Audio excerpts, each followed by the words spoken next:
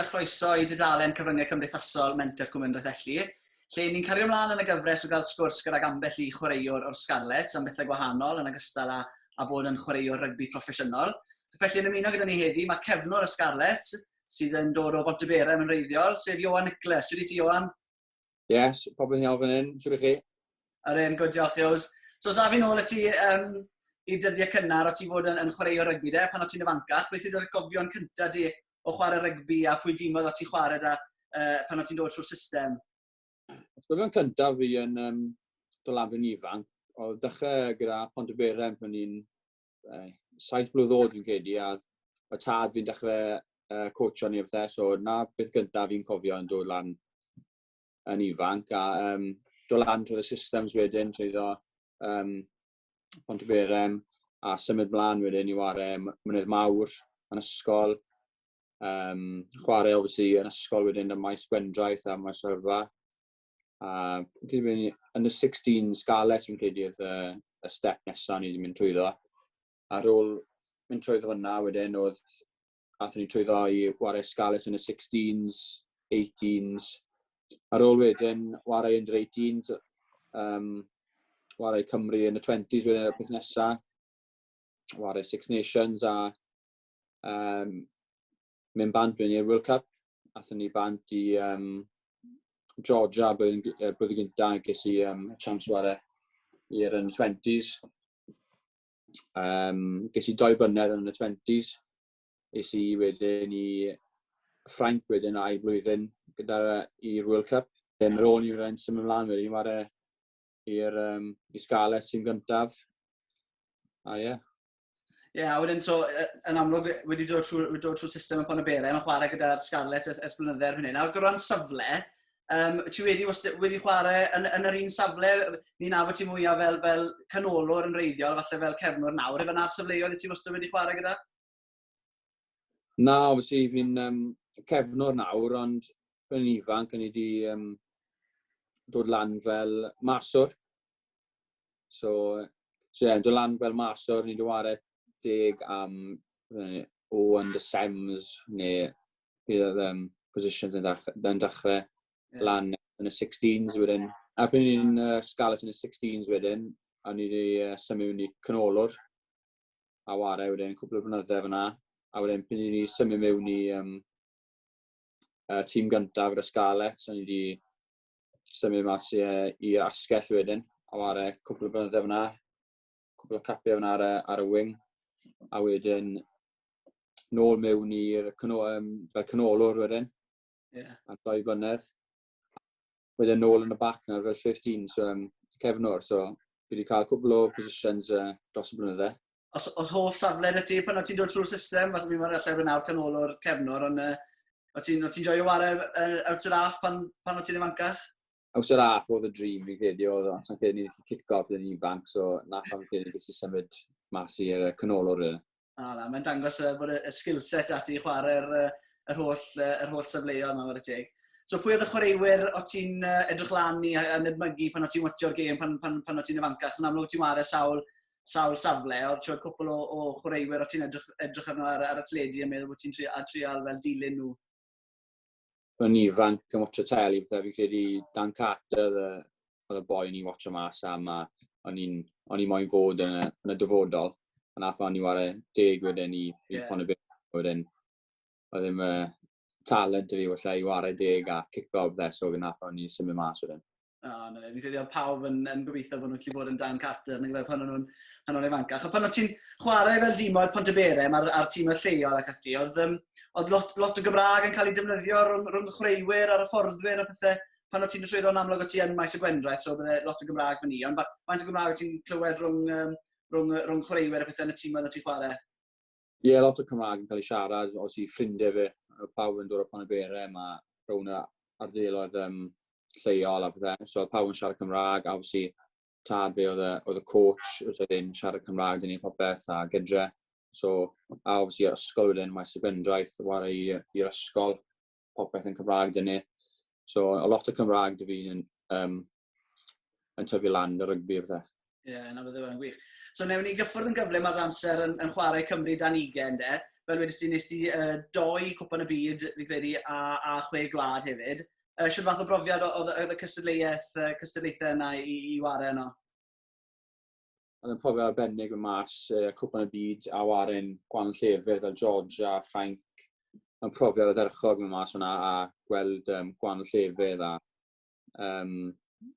good boys dyn ni mas hwnna. Oedd lot o boys ware nawr i Cymru a rhyngwladol a oedd good team dyn ni. O'n i ddim wedi gwneud y gorau mas na, ond oedd yn experience o'n i byth yn cofio. Ie, na bydde we. A nes ti gael enwi fel capten i un o'r gemau yng nghwpan y byd dan 20 i Gymru fyd. Oedd hwnna'n rhywbeth, oedd wedi bod yn capten yn rhywbeth sy'n yn naturiol ti? Ti'n teimlo'n gyffyrddus pan maen nhw'n yn amlwg mae rhywbeth yn dallu di, maen nhw pobl yn gweld ti fel rhyw fath o arweinydd? Sa'n gwybod os fi'n arweinydd, really, ond oedd yn experience wahanol i fi, o'n i byth i bod yn capten o blaen, fi licio eistedd nôl a ddim meddwl lot o stwff pan fi'n ware, so oedd yn experience wahanol i fi. A oedd un o'r rhaid i fi mae'n dda gyda hwnna pan o'n i'n gemau cwpan y byd, so mae rhaid ni step o lan a... Ie, na bydde we. Na, mae rhaid bod nhw'n brofiadau gwych, profiadau sy'n helpu ti wedyn wrth bod ti'n mynd mlaen yn dyrfa a cael cytundebau gyda'r Scarlets ac ati. Felly, os newn ni cyffwrdd ar tymor hyn gyda'r Scarlets, mae rhaid bod ti'n hapus iawn gyda siw mae pethau wedi bod yn mynd a hefyd yn chwarae mewn safle newydd hefyd fel cefnwr. Ie, sa'n ei ware cefnwr o blaen, so mae'n profiad newydd i fi, ond dros y 3 mis diwetha fi wedi bod yn treino yn galed yn dysgu safle newydd, a wedi bod yn dda, fi wedi dysgu lot o boes i rownd fi, a lot o boes rhyngwladol dy fi, so wedi dysgu lot wrth nhw, a wedi bod yn really good. So, le dath y syniad o ware fel cefnwr? Efer y fforddwyr dath ato ti yn fel pre-season a gweud bod nhw'n gweld bod y sgiliau gyda ti i ware'r safle? Yn pre-season oedd y penderfyniad i wneud. Dechrau ar pre-season, oedd Dwayne eistedd fel awr yn gweud falle wneud well cefnwr na falle maswr, cynorwr, sorry. A ie, wedi bod yn dysgu lot wrth o'r cefnwr eraill, mae lot o cefnwr rhyngwladol yn Scarlets a fi dysgu lot wrth Johnny, Liam a Benny. Fi dysgu lot wrth nhw a Ie, mae'n saff, fi'n credu bod yn saff i weid, mae ti yn y lle iawn i ddysgu siwr i chwarae'r safle gyda'r 3 na yn rhyngwladol wedi chwarae yn y safle, neu gyfe? Odi. A mae rai bod ti'n mwynhau fod yn rhan o garfan, le mae lot o boes o'r cwm a boes lleol yn rhan o'n fyd hyfforddwr yn amlwg yn dod o tyml, a wedyn bydde ti'n nabod lot o boes hefyd o fel Cymru dan 20 hefyd. So mae'n neis i fod yn rhan o garfan le ti'n teimlo'n gyffyrddus yno. Wel, fi'n cyfres o boes yn i gyd. Mae'n nhw boes wedi bod ysgol da yn maes y gendraeth, ysgol y Ciren a Tom Rodge a Luke. Obviously, maen nhw'n gynnu siarad Cymraeg, so yn rwyddach i cyfathrebu dyn nhw'n Cymraeg a ar y pitch, a falle sy'n neb yn gwybod beth ni'n siarad amdano, falle. Ie, na fydde we. Obviously, mae ffordd ni, Dwayne Peel yn siarad Cymraeg fyd o boi lleol, o boi tymble yw e, so yn neis i cael boi lleol yn hyfforddi a gallu cyfathrebu dy fe'n Cymraeg a popeth fyd. A os newn ni gyffwrdd ar effeithiau Covid yn gyflym hefyd, yn amlwg blwyddyn diwetha, pethau'n anodd yn ystod y lockdown cynta, pa mor anodd oedd i ddelio gyda ffaith o dim gallu ymarfer, dim gemau am fisoedd neu am gyfnod hir? Ie, oedd yn anodd, obviously, bod gedre ddim gallu ymarfer a dod mewn i Parc y Scarlets.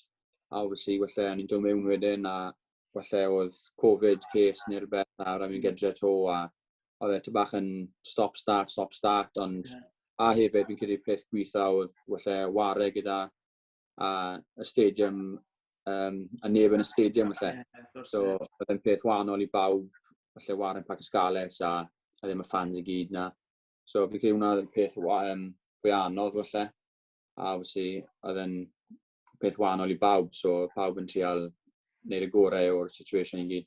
Na beth oedd e. Ond nhw'n rhoi rhyw fath o fel cynllun i chi ddilyn gytre o ran ymarfer neu beth bynnag yn ystod y misoedd ni, neu siwr oedd pethau'n gweithio pan o'ch chi gytre?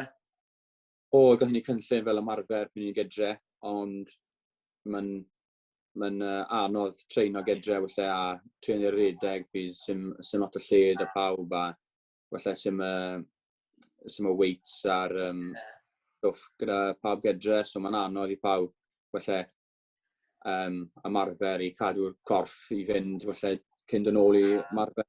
Ie, na fydd o dde. Yn amlwg bydde fe'n anodd iawn, nag yfe. Felly, wel, diolch i ti am ymuno gyda ni heddi, Ows, am sgwrs. Fi'n gwybod mae'r amgylchiadau yn anodd ar hyn o bryd. Ond just cyn i ni orffen, yn amlwg i ni'n arwain lan ar cyfnod nadolig ar hyn o bryd. A mae'r cyfnod yma yn un prysur i pawb, ond yn amlwg mae'n bach yn wahanol i chwaraewr rygbi proffesiynol. Gemau, wrth gwrs, fel arfer yn blynyddol ar Boxing Day a dydd Calan ac ati. Felly, beth mae dydd nadolig fel i chwaraewr rygbi proffesiynol? Yn amlwg, ydych chi'n mynd mewn i ymarfer gyda gêm mawr y diwrnod ar ôl ni? Beth siwr mae'n edrych?